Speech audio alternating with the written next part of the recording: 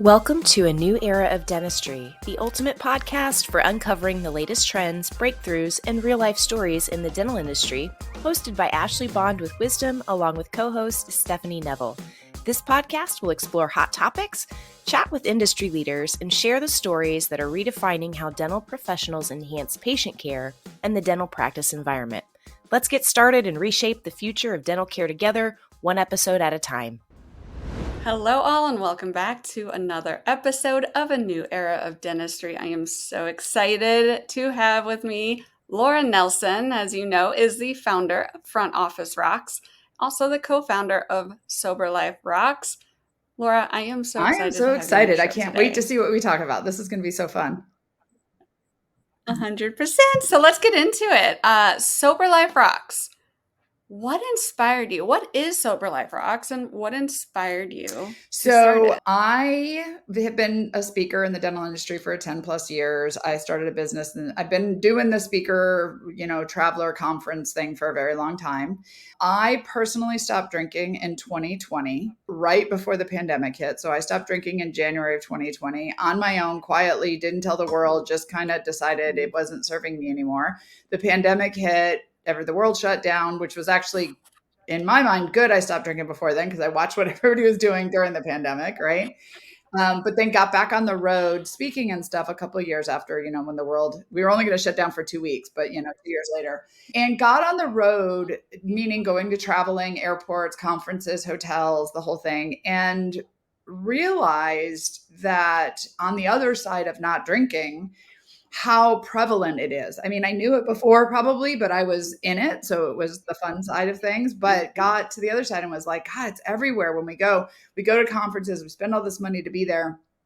And then in the evening, we stand around the bar and we drink. And so I did that for a couple of years on my own, quietly, faking my drinking, meaning putting a lime in my drink and just kind of doing the thing and going back to my room. But it was bothering me because I love going to conferences. I love hanging out, but just felt like the evening events were so not inclusive. And so then in November of last year, we were at a conference, Dental Entrepreneur Women, which is an amazing organization if you're not a member.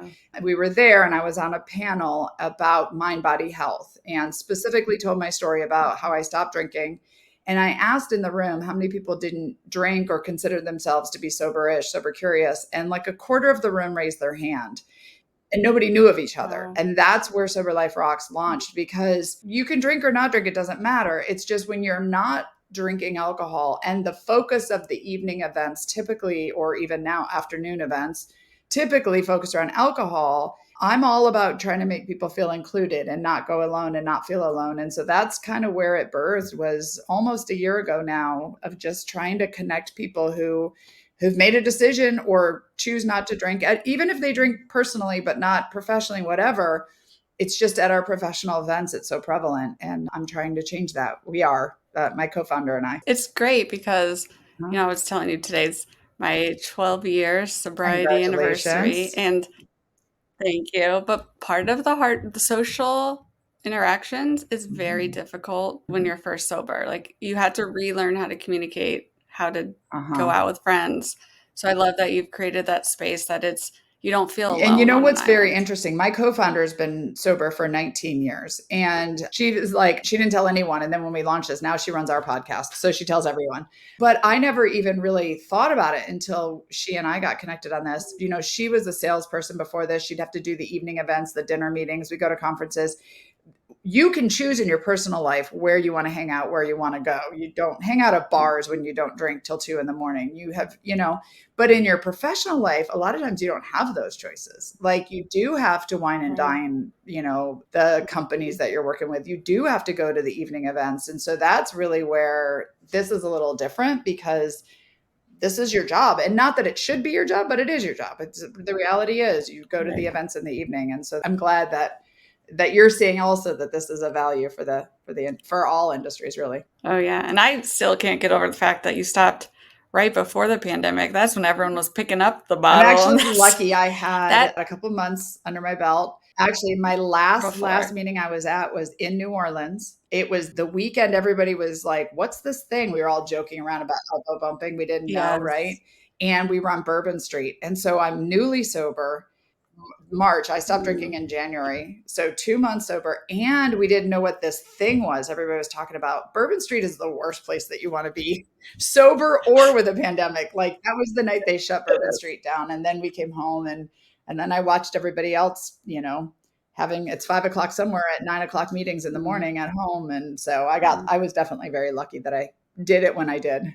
Wow. Amazing. And what do you observe or experience pertaining to the social stigmas for dentists and their teams specifically around this topic? Yeah, so I'm happy that we are in the dental industry to launch this. Now, Sober Life Rocks is in every industry now, but specifically in dental, because I didn't realize this either, that I'm not a licensed professional. So I can say I'm sober and that's great. And nobody asks any questions. But for our hygienists and for our dentists, there's a real issue around licensing and the stigma and patience. And if you raise your hand and say you need help, or you go into recovery or into any sort of rehab, like there is a lot of changes that we need to make. We actually are lucky enough, the incoming president of the American Dental Association, Brett Kessler, is part of our organization. And that's one of his soapbox things to talk about. But one of the reasons I feel like we're lucky is because we are healthcare professionals and we need to normalize this discussion around alcohol. And we are afraid to have these discussions with our patients, amongst our teams, with our doctors, with our hygienists, and we're healthcare professionals. Now, if we were in like automotive industry, it'd be maybe a little different, but I'm glad we're launching it here because it is a true discussion. I mean, we can't talk about the health of our patients or the health of our practice or the health of our, lives if you're not also assessing your relationship with addictive substances. And so that's really why I'm glad. And the stigma that kind of, sits in our industry specifically. Oh, yeah. And just thought of this when you're speaking about, do you feel like this at all changes the atmosphere that, say like office parties in dentistry? So I'm thinking back to those would be the times, we'd get a little crazy at the Christmas party.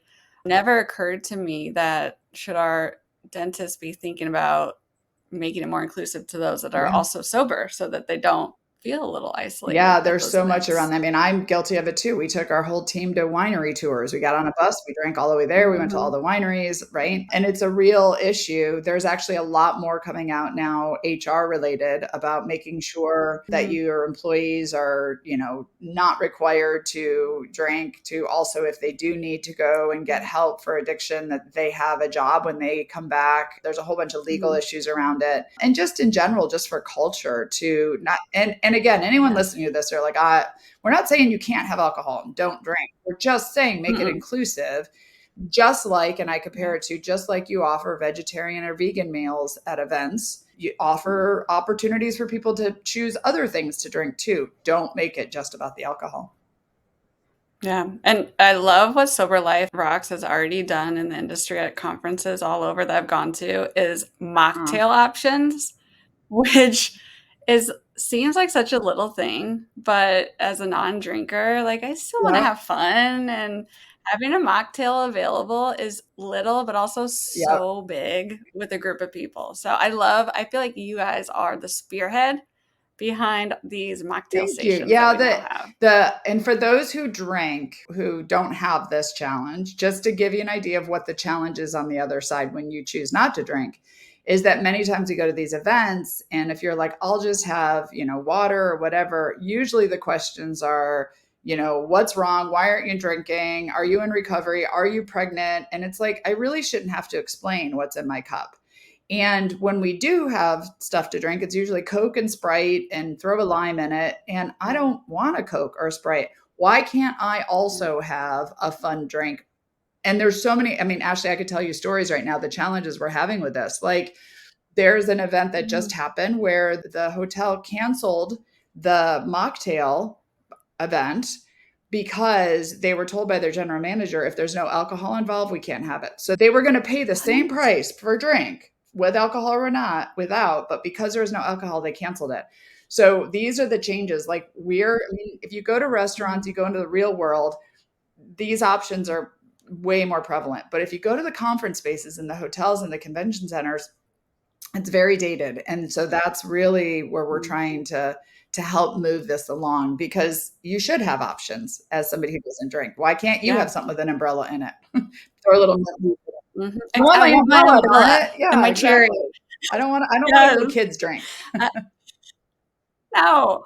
And you know what I've also noticed, and I don't know what your thoughts on this, that it seems too like in younger generations, there's not as much the stigma around not like either being a drinker or not being a drinker, where it's just people kind of have more acceptance. And they're like, I've seen on restaurant drink menus, more and more mocktails, or even these wines that are non-alcoholic, where years ago we never had those options. Do you see that in the younger And we've generation? done a lot of research over the last year, and it literally alcohol use disorder is really kind of considered my mom and dad's problem. So the younger generation has seen, the 40 to 70-year-olds, alcohol was our thing. And that's what, right? And so it is an older, I mean, not that it can't affect everybody, but it's definitely more of an older issue now. I don't even want to open this can of worms, but I think the newest thing coming in, if you remember back to the 70s, it was cigarettes, right? 60s, 70s, 80s, cigarettes. So that's kind of gone, and people still smoke, but it's not as prevalent. We don't have big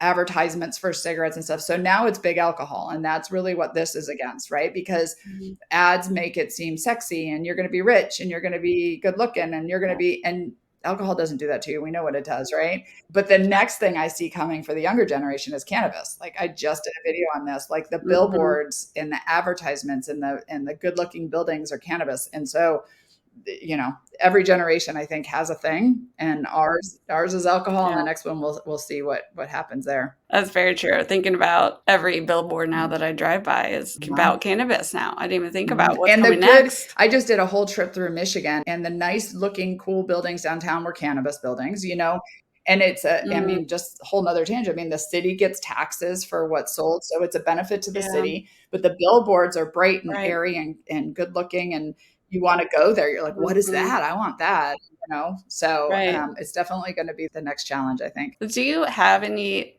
statistics to share pertaining to dentistry in particular about sober life, or how affected is our dentist for this, either dealing with this issue or being a part of the sober community? Like, what have you seen on your end? Actually, unfortunately, because ADA they do a wellness survey every few years, and because it raises red flags and dentists are afraid, we really don't have true numbers. I mean, there are a lot of dentists who definitely have said, that they feel stressed, that they, their practice is overwhelming, all of that.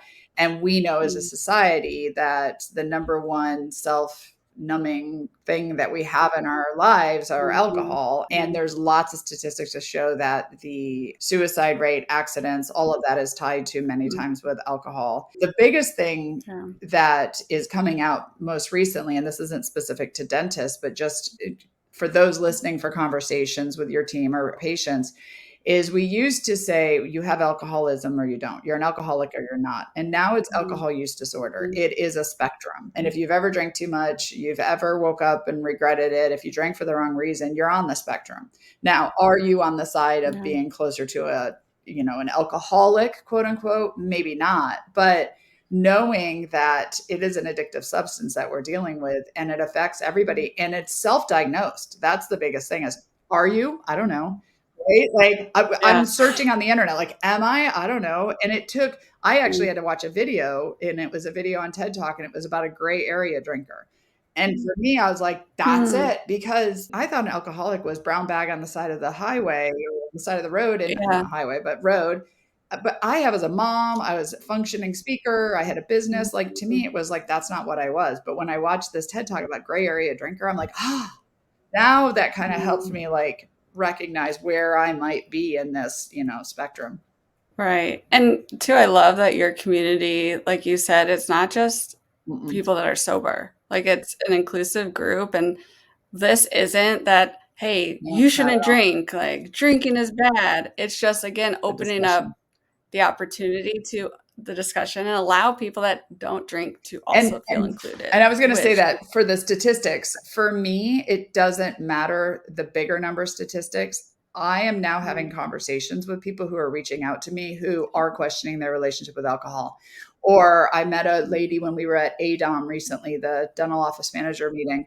She's the wife of a dentist who died from alcoholism, and she's connected to a lot of dentists who are questioning their relationship. So for me, if it's one person that needed to hear this, if it's one person that's listening to this going, maybe I need to, reevaluate, it's worth it. That's what it's all about. Yeah, that is so true. And it is, like you said, self-diagnosed. Like the hard part is, because I had people in my life reach out to me saying I had a problem, but that's like instant walls up. Like, I don't have a problem. It took me inside being like, you know what, I do. That's interesting. So how can our listeners handle that with, like, if they see someone that might need help, or they think might need help, but you don't want them to put them on the defensive, Everybody has different stories of how they decided to stop drinking. Mine, nobody mentioned it to me. I must have been really good covering up, but I had this for years, this internal debate in my head. There's so much energy around it. Like, am I not? I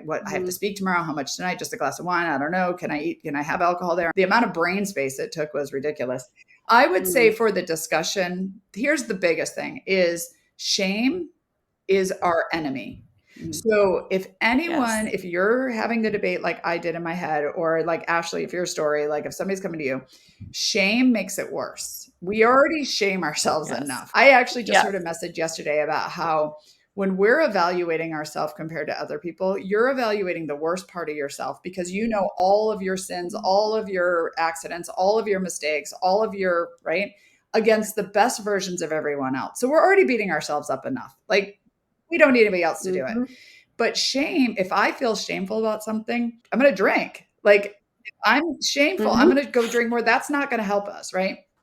So if anything, create a safe space because the biggest thing we need to do first is just be curious. Just be aware. I actually tell people who are beating themselves up, stop trying to stop drinking. Just stop for a little bit.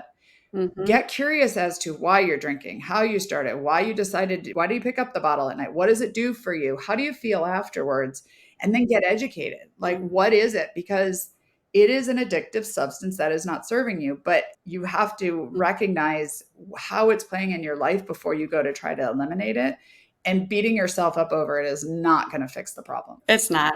And I think too, just like trusting your gut. Like, if I had an inkling for years, and it just took me a while to take action. But you definitely have that stirring. Like, if you're thinking about it, maybe just keep thinking about it. Keep being curious. And it takes, like you said, it took you to make the decision. So like right now, Sober October, we have, dry January and all that stuff. That's all great. And it's good to investigate to see how you feel. Because when you get the substance out of your body, you get a whole new, like, wow, I had no idea, right? Because, I don't know if I should admit this or not, but I've been drinking since like high school, way too young. And I didn't know how to do a concert sober. I didn't know how to go to an event sober. You just always had alcohol, right? But willpower, if you're trying to stop, I remember I did 30 days. I don't know how many times to prove to myself I didn't have a problem.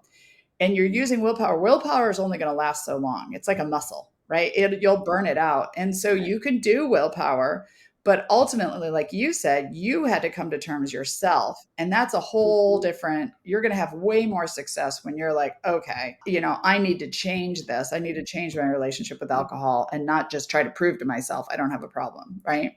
You really need a community. That was so I went to AA for a little, and that wasn't the right fit for me personally. So I, like, right when I stopped drinking, joined a community group in the area.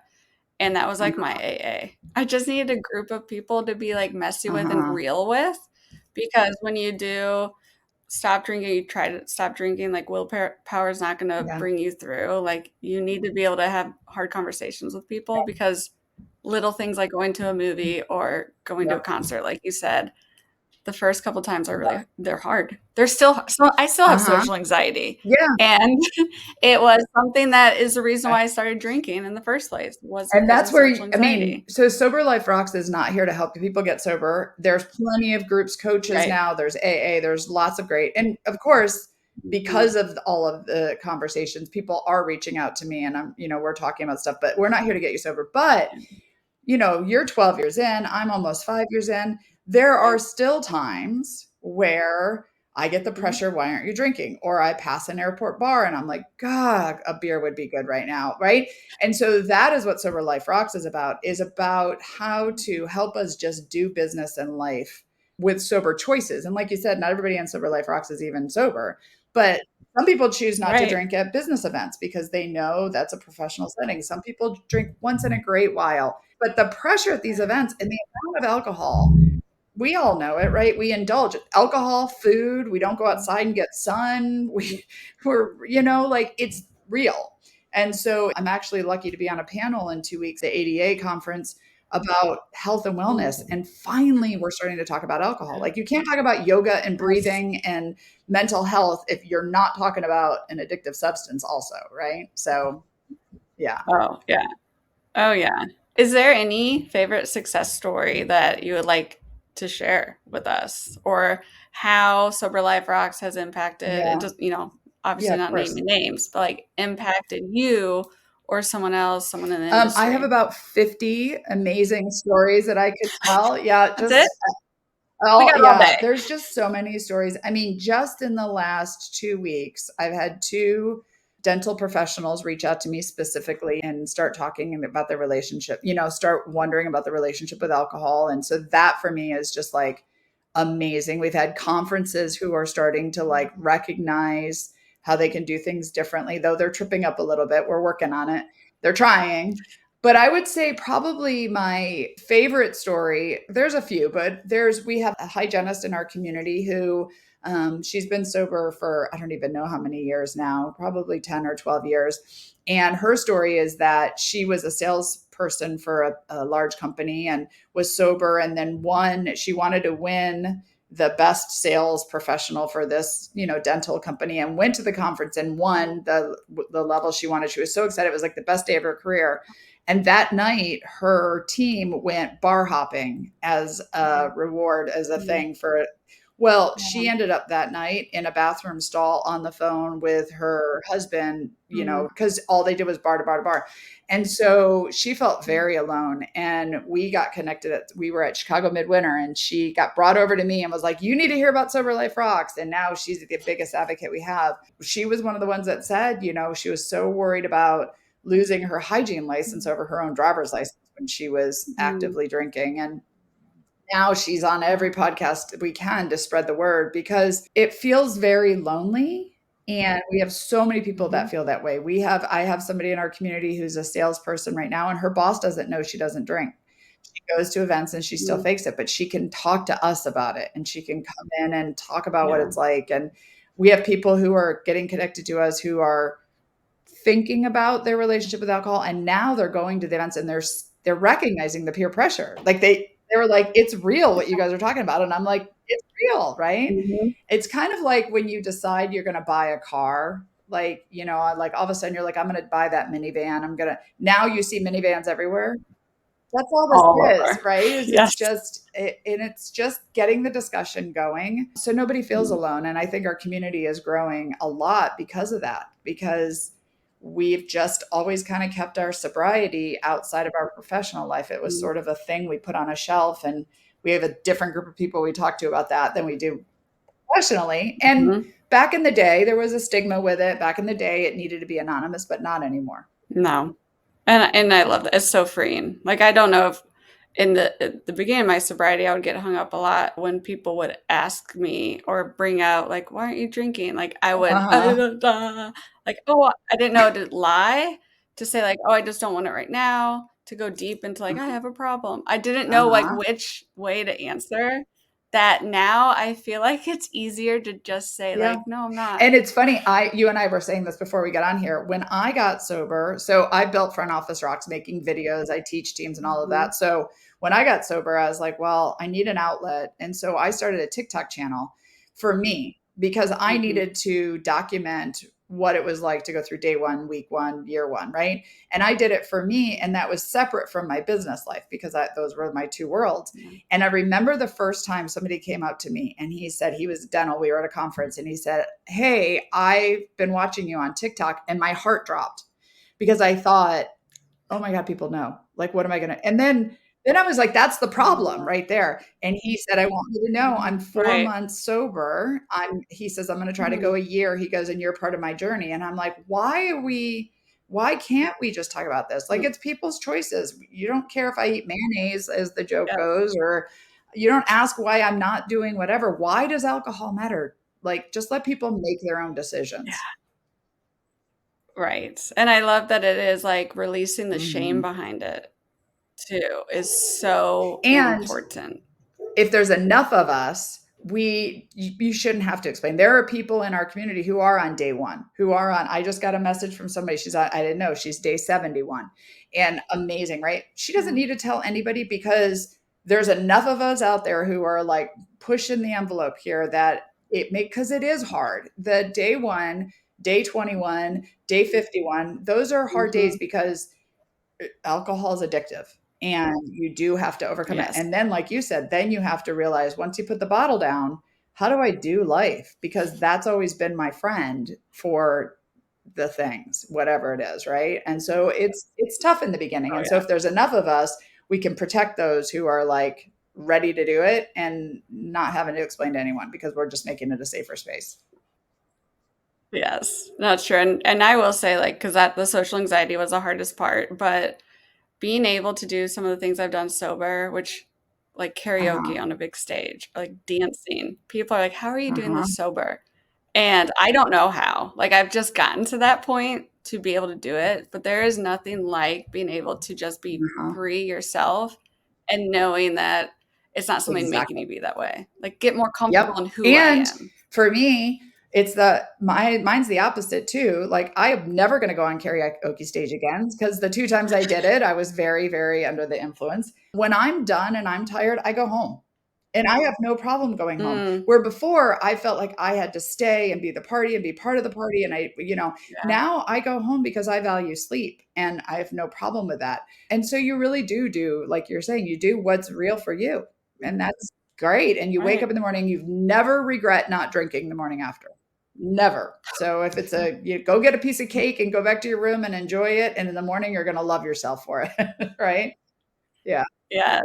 Well, never say never. I might get you up on the I will be your backup dancer, but I cannot keep a tune. There's no way, but I will dance for you in the background. I'll be doing this.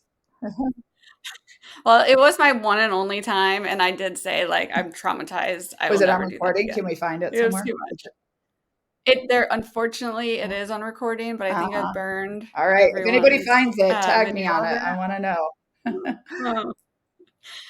So I know that you started in the dentistry space, but I'd love to hear just your mission and vision on why you've expanded out to all professionals. So Margie is my co-founder, and she's also in dental, the two of us. And so we started in dental because this was our safe space. This is our community. But what we had found over the last year is, as we're having conversations, we're hearing from meeting planners, "Oh, it's not just you guys, it's the next meeting that comes in after you and the one before you." And then we're talking to people in our community, and their spouses are like, "Oh no." And it's funny because what we're finding is every industry thinks they're the worst, right? Like, I'm in real estate. You have no idea how bad it is in real estate.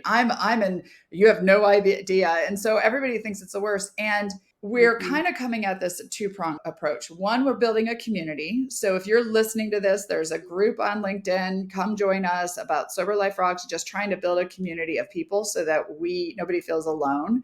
And, we can talk about this in a safe space. The other thing we're trying to do is we're trying to change the events and the meeting planners and the hotel spaces. And that is the challenge, because it's always just been done this way. And so it can't just be our one meeting that shows up once a year at this conference. It's got to be our meeting and the next 10 meetings after it. I have a book actually coming out in the next week for meeting planners, because I'm trying to get them to push these hotels and these conferences, because if enough of us in a row ask for better options, not just about the bar, but just better options to make our meetings more inclusive, so that people, because if we don't have alcohol, like what's going to get the people to go to the events, right? Like, what if they're not drinking? Right. Why are they going to go? We need to make our events more inclusive. And so that's why we open it up to all professionals, because it's not just our problem. It's everyone's problem, right? It is, exactly. How can you and your team be reached? I know there's many listeners that even just are curious, which is the best place to start. How can they reach out to you? How can they learn more about So you can come to Sober Life Rocks just to read a little bit about us. Like I said, I just started a LinkedIn group. So if you're on LinkedIn because you're a professional, search for Sober Life Rocks. There's groups. I didn't even know. I built my first first business on Facebook, Front Office Rocks, because that was like back in the day, everybody was on Facebook, and I was one of the first ones to do it. And just this week, I was like, well, all the professionals hang out on LinkedIn. I wonder what's over there. And I didn't know LinkedIn has groups. So now I'm building a group on LinkedIn. And I feel that anybody who's supporting this mission, whether you're sober-ish, sober curious, or we like to call them sober wingmen. If you're a sober wingman, meaning you're in support of this, join our community, our group on LinkedIn. Or you can reach out to me and book a meeting with me. I'll talk to you individually about whatever questions you have. But really, it's just get connected to us on any one of the social platforms. I do have a book coming out. So if you're in the meeting planner space, your HR, there'll be information about that on our website too. So if you're in the conference place or hotels, anyone listening to this, anyone who knows somebody that needs to hear this message, please help spread the word.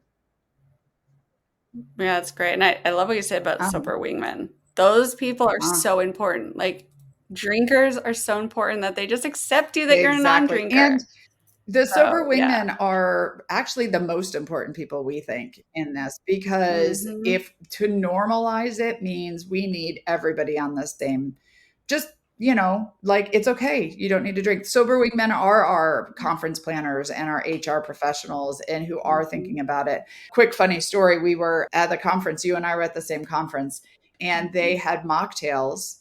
And I was like, how sweet is that? That's amazing. And then I found out later that the mocktails were scheduled at a different time than the happy hour. So I made a post on LinkedIn this weekend about it, just kind of talking about, like, let's put it like, great, we have mocktails. That was amazing, right? Right. Yeah. Step one. They didn't want to confuse it with the happy hour. And so I made a post on LinkedIn, and I was like, that's like saying vegetarians and vegans, your meal will be served at 3, because we don't want to confuse it with the meat eaters who are at 5. Now, if you think about it that way, that's hilarious, right? We wouldn't do that anymore. That's where they started, though. Back in the day, it was hard, I'm sure. I mean, I've never been a vegetarian or vegan, but they've come a long way in the meeting space with that. Now it's not even acceptable if you don't have vegan or vegetarian options. So that's just where we are. We're at square one, and we've got a little bit of work to go, and we need all of the wingmen and all the people in our community who believe in this to get behind it so we can make some changes. Well, thank you for being just a part of this change. It's amazing. I know we were talking earlier, I loved your videos when I worked in the office, and just seeing the impact you've made for front office team members, and now the impact that you're making in the industry and even outside our industry is amazing, and how crucial it's been to my own life and walk and what I've gone through. So thank you for all that you have done. Thank you. And thanks for talking about it, because if we don't talk about it, it's not going to get out there. So I appreciate it. Definitely. So go check out Laura. We'll put all the information in the show notes. Awesome. And thank you again for being here with us. Thank you for joining us on today's journey through a new era of dentistry with your host, Ashley Bond. With wisdom in their network of industry leaders, each episode offers fresh insights and support in the evolving world of dentistry. Subscribe, stay tuned, and transform your career, practice, and patient experience. Until next time, keep innovating, keep caring, and stay smiling.